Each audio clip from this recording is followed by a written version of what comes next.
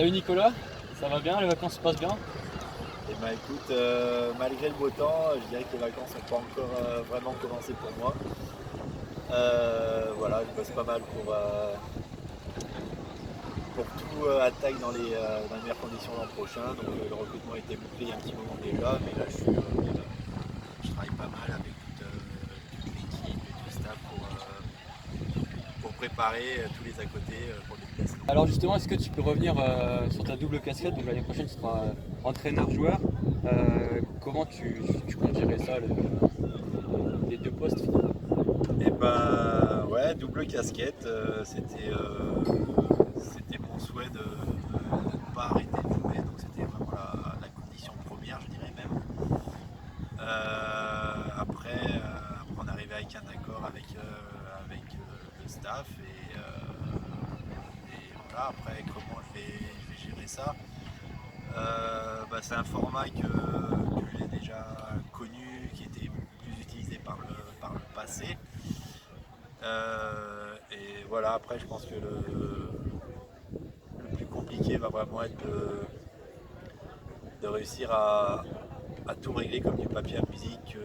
Limite, en gros, j'ai créé une certaine autonomie de l'équipe, je dirais, pour que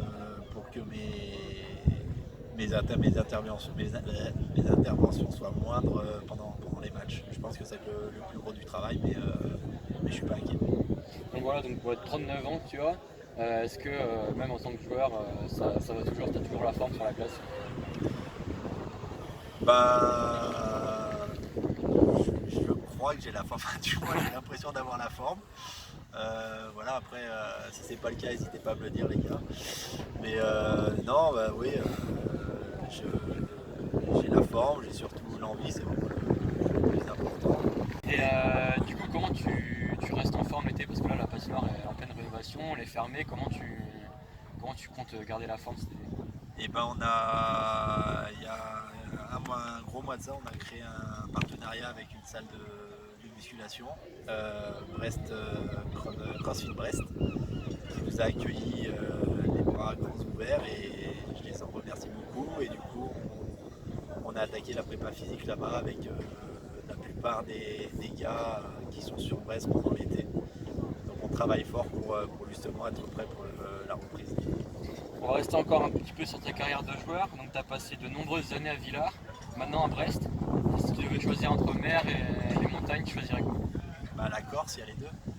Mais il n'y a pas de club de hockey, non. Mais après, c'est clair, c'est complètement différent. Mais c'est un climat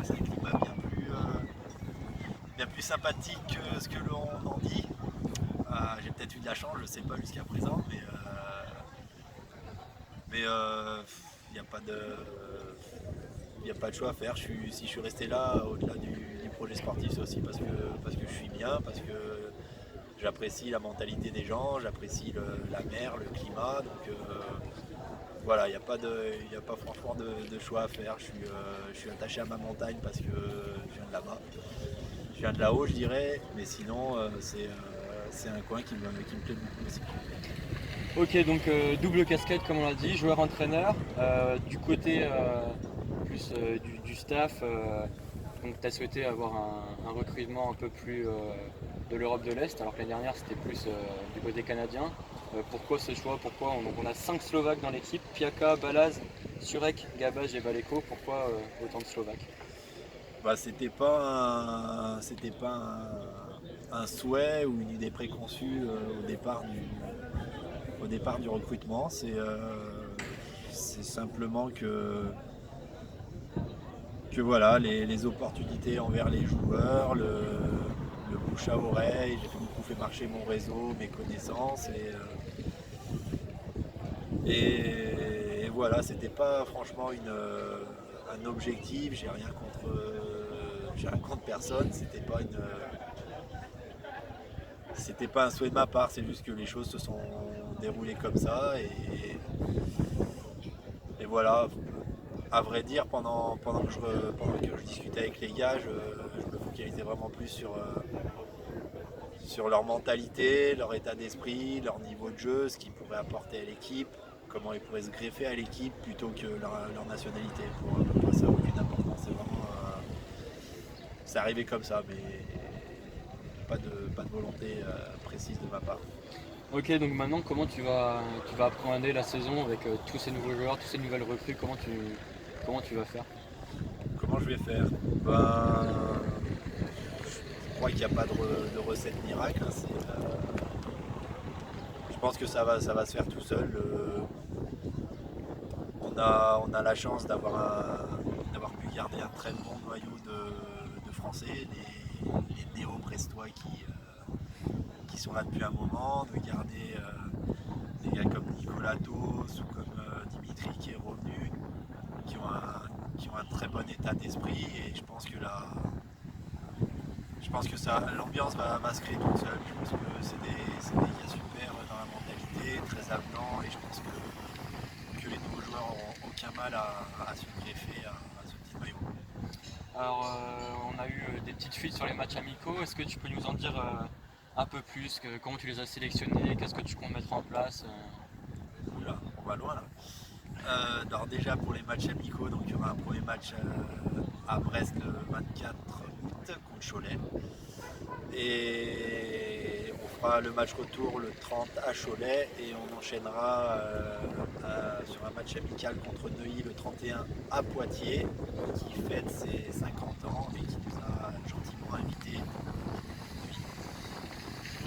Après, ce que je compte mettre en place, ça, c'est difficile à dire. Après, on va énormément travailler le système, ça va être la priorité, mais après, on va voir comment justement la mise en place des choses évolue, et selon comment ça évolue, on verra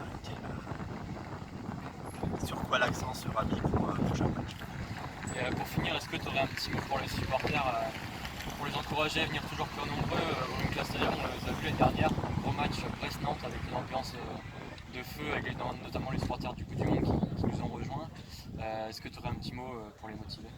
Bah, pour les motiver, je dirais simplement voilà, que sans eux on n'est rien, voilà, qu'on apprécie énormément l'ambiance qu'ils mettent, et que voilà, quand on parle du 7e homme sur la glace, c'est vrai, jouer dans une patinoire vide, c'est vraiment inintéressant, alors que quand l'ambiance est débridée, quand ça crie, quand ça siffle, quand il y a du bruit, c'est vraiment, je ressens un autre match, et ça nous pousse vraiment à encore plus nous surpasser. Donc